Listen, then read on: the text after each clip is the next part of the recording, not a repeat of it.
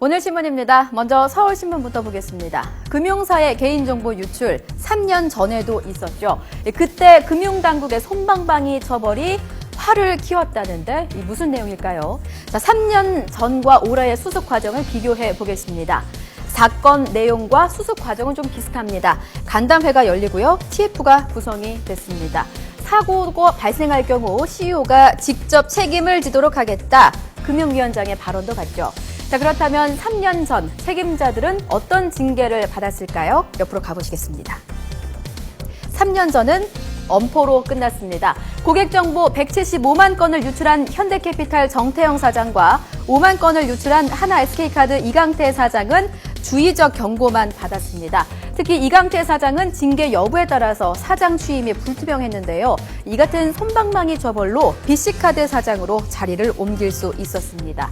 정치권에서는 한 목소리로 금융당국에 1차적인 책임이 있다고 지적하고 있습니다. 관리 감독을 소홀히 하고 국민의 개인정보 보호를 소홀히 한 잘못, 어떻게 매듭을 지을지 국민 여러분께서 지켜보셔야 될 것 같습니다. 네, 개인정보를 유출한 회사들 수십억 원의 보안 비용을 아끼려다가 천문학적인 금액을 물어낼 판입니다. 우선 카드 3사의 재발급 비만도 최대 4천억 원이 넘을 것으로 보이고요. 피해 고객들 한 명당 60만 원의 정신적 피해 보상을 요구하고 있습니다.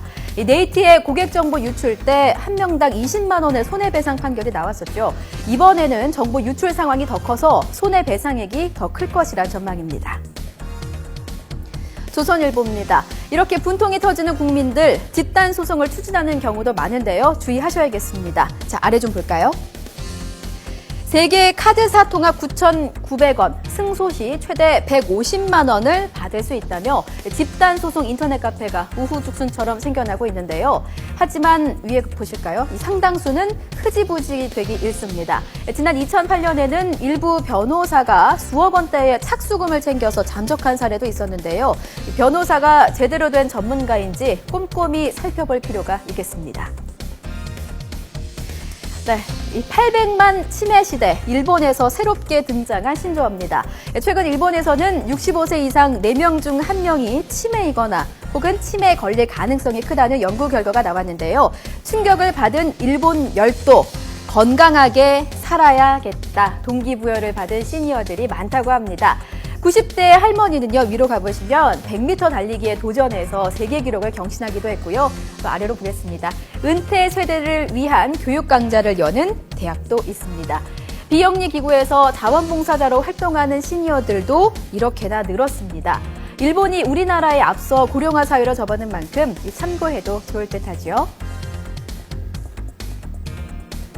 한겨레입니다. 우선 사진부터 좀 보실까요?